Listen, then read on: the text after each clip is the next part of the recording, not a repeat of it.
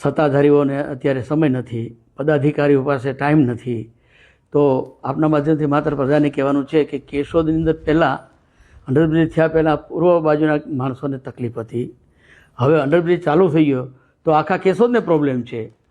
અરે મિત્રો, શરમસીમા તો ત્યાં આવી ગઈ છે કે આવા ઉનાળામાં માત્ર 1000 લીટરની પાણીની ટાંકીનું પાણી વેસ્ટ જે હાથ ધોવાનો કે વાપરતા વધે છે એ પાણી અત્યારે લીકેજ થઈ અને નીચે ખાબોચિયું ભરાતું હોય તો સમજ્યા, પણ આ તો અડધી નદી ચાલુ થઈ ગઈ છે.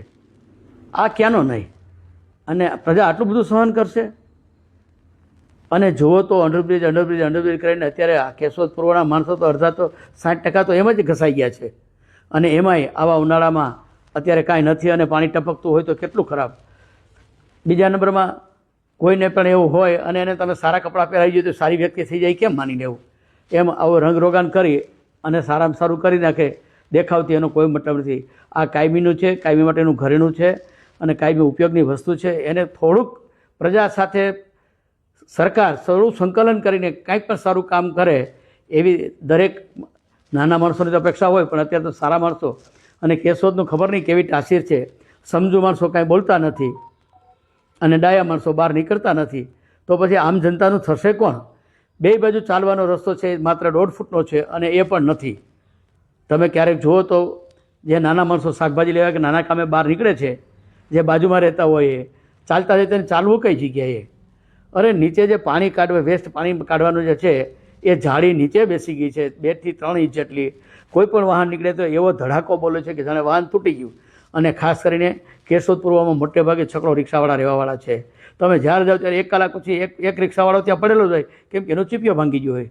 હવે આટલી બધી ટેકનોલોજી વિકાસ પામી છે અને છતાંય કોઈ આનો અમલ નહીં, કોઈ અમલ. અને 11-12 મહિનાનું જે ટેન્ડર હતું અથવા તો જે કામ કરવાનું હતું એને બદલે 4 વર્ષથી હજી પૂરું થયું, એટલે મને લાગે હવે મહિનાને બદલે કદાચ વર્ષ હશે ત્યારે કંઈક મને લાગે છાપવામાં ભૂલ થઈ એવું લાગે છે. 11 મહિના નહીં પણ 11 વર્ષનું કામ પૂરું થતું હશે એવું લાગે છે.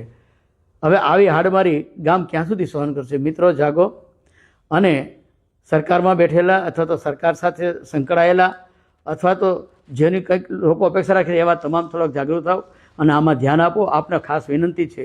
અમે રોજ કરીને થાકી જાય 4 વર્ષમાં, પણ આજે ખરેખર ગદગદ હૃદયે અથવા તો માંડ કરીને કરુણાથી બોલી શકાય એવી અમારી પરિસ્થિતિ થઈ ગઈ છે કે કેશોદ પૂર્વનું અથવા કેશોદનું કોઈ નહીં, કોઈ વાત તો સાંભળવામાં નહીં આવે.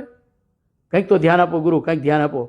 આ મીડિયાના માધ્યમથી આપને જાગૃત કરવા કે આપને બહેકાવવા માટે નથી વાત કરતા, પણ અમારી એક આ દુઃખની વાત છે કે હવે કોઈક તો તમે અમારી સામે જુઓ.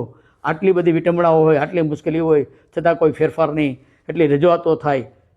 તો આ બાબતે ખાસ સરકાર ધ્યાન આપે, સરકારી માણસો ધ્યાન આપે, સરકારમાં ચૂંટાયેલા માણસો ધ્યાન આપે એવી અમારી ખાસ